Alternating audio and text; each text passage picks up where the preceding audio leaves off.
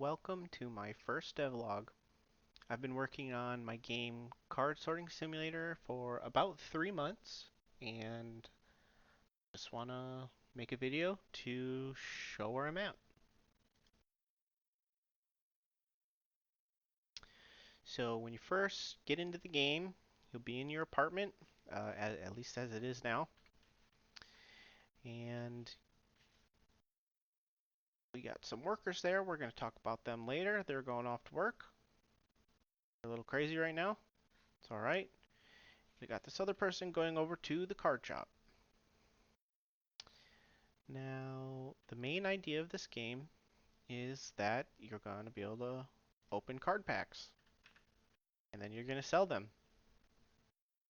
So I actually have three different card games.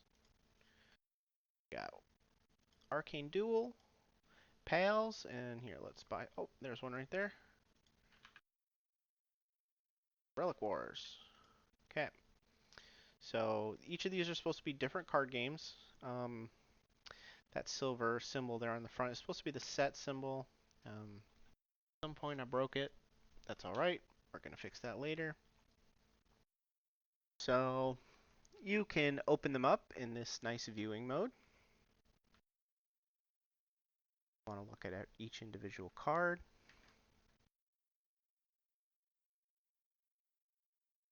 And there's the rare of our packet.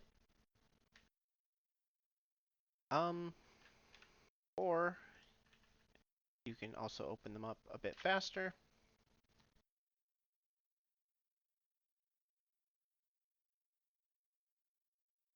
Up two.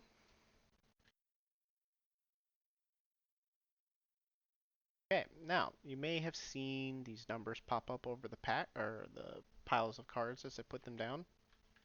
And this is to help the player sort the cards. So they have a stack of cards. So there's a green card. I'll make a green pile. Say I want to sort by color.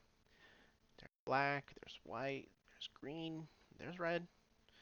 Now, instead of having to click each of these and move the mouse around a lot, I can use the hotkeys to help me sort.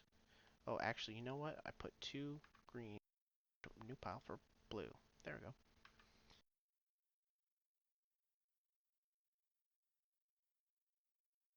Okay, so these are now sorted by color. So that can help you do that.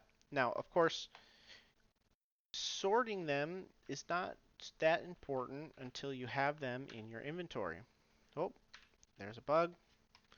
Phone glitching. We're going to fix that eventually. But for now, let's go to this. We'll go to a scanning mode and scan each individual card. And this is going to help us enter them into our inventory so that we can sell them online.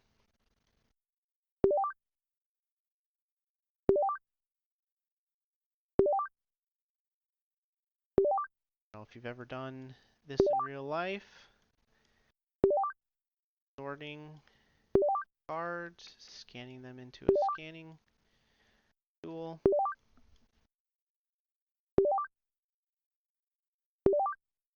There we go. Now, close that, and we have a stack of cards that has been scanned into inventory. And now, in this save, this is where I've been storing my scanned cards. So I'm going to go ahead and put them in here. So you can see the um, the labels are kind of messy. I again need lots of things that need cleaning up and fixing, but this is telling us that the game in this slot is PALS. It has 3 different rarities in it.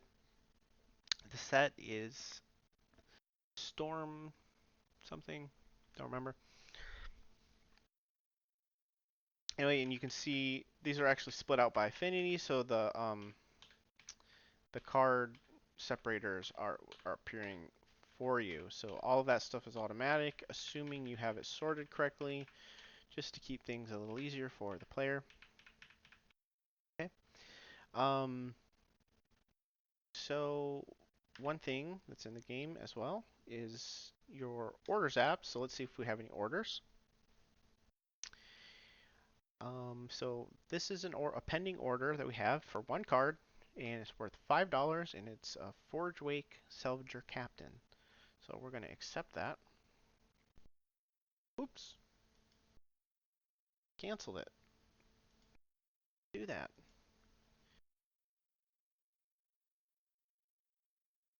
Alright, I'm back after reloading the save so that I don't have to wait for a new order to come in.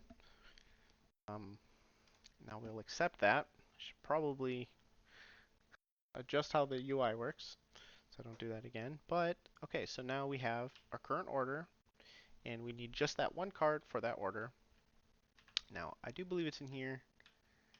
It's somewhere in here.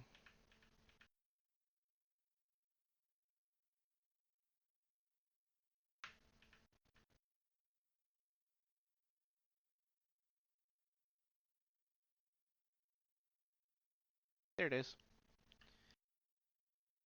Take that one. And now we got that card. And this is a very temporary setup for this.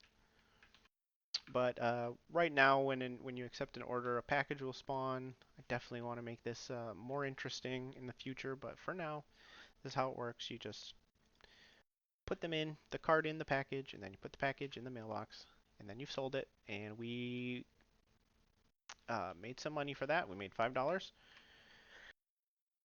We can look back at our order app and see it. Order 4 is now fulfilled. We can also see it in our history tab. We made $5 on that. Those are some older orders. So one other app in here is your seller profile or rating. The way this works is right now it's pretty simple. Basically, every time you complete an order, your rating goes up. I have some other ideas to make that more interesting in the future, but what your rating is going to control is how often the game will attempt to give you an order. So right now with my 0.4 star rating, every 111 minutes in game, um, the game will generate a random order and then check against my inventory. So the cards that we scanned earlier should be in the inventory. And if you have 80% of the cards that are in the generated order, the order will come through and you can accept it. If you have less than 80%, then you will get no order. And the idea of that is that in the real world, typically people, if they're going to buy a cheap card, you're talking like a card that's 50 cents, maybe less than 50 cents, it's unlikely that they're going to buy a single card from an online store. So typically in that scenario, they're buying an entire set of or a deck. So then on a site like TCG Player, somebody will enter their deck list and it will try to recommend sellers on the site in which the fewest baskets are needed to build the cards that you're trying to buy, because you probably don't want to pay $1 or $2 for a shipping fee on a card that costs 10 cents. So the fewer orders you have, the cheaper the overall order is going to be. So what that ends up meaning is for you to get selected in that pool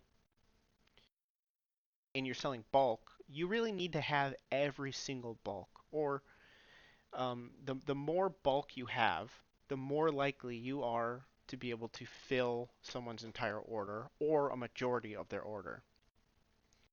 So that's being represented in the game by generating a random order first, comparing it to your inventory, and then only giving you the order if you have enough of the inventory.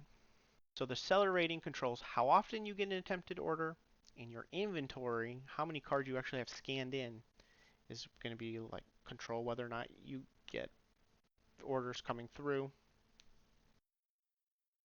So those two things will work together to make you more successful as a card seller in this game. Okay, one other thing that I plan for my game, although this is not implemented yet, you may have noticed over here, I have a little neighborhood. And the idea here is that eventually, and this is something I haven't done yet, there will be garage sales. Because as somebody who likes card games, it's always whenever you go to a garage sale, the one thing you're looking for, does this person have cards? You're hoping that they're trying to just get rid of some old cards they haven't looked at for years, and you can get a good deal. So the idea is that garage sales will come up occasionally. The vast majority of the cards are just going to be bulk and junk.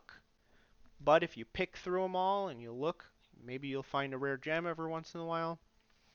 Maybe you'll find a great set that somebody's just getting rid of for cheap. That's the general idea. So that should be fun.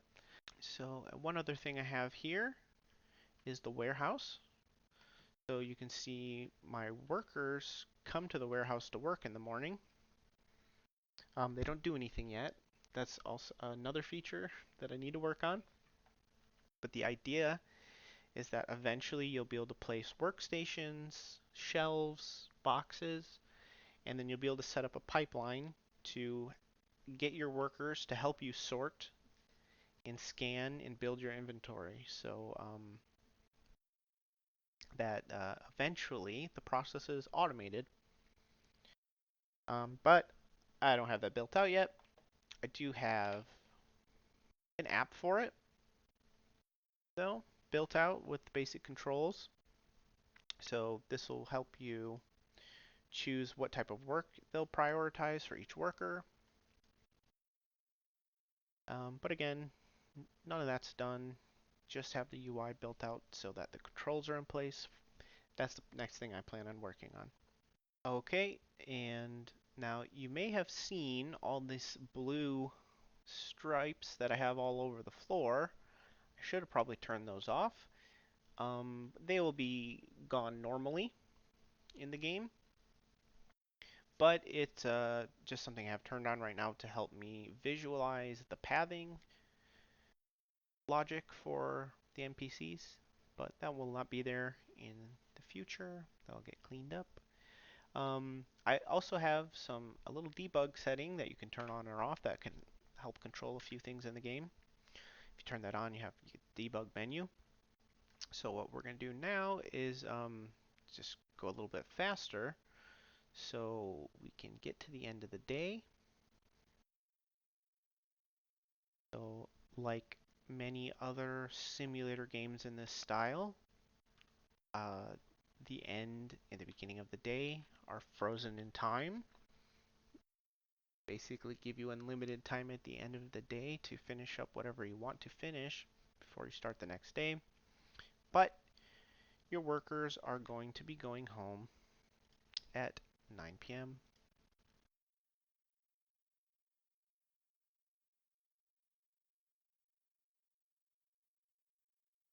There they go. Oh, the little debug markers are on. And they all live in one apartment right now. Good night. And the clerk from the card shop has their own. Okay, and now as the player, it's my time to go to bed. Um, see, we filled one order today. Missed 7 potential orders. That's what I was talking about earlier with if I had enough inventory, then I would have gotten those orders, but because I didn't, I missed them. Sleep, and it's a new day. Time is paused while you're in bed, but it does start as soon as you get up. And oh, I had turned debug back on, so it's running pretty fast. And that's pretty much everything I wanted to show for today. So thanks for listening to me. If you're still here, thanks for your interest. Hopefully come around to see when I upload a new vlog or a new devlog for when I add a new feature of the game. Goodbye.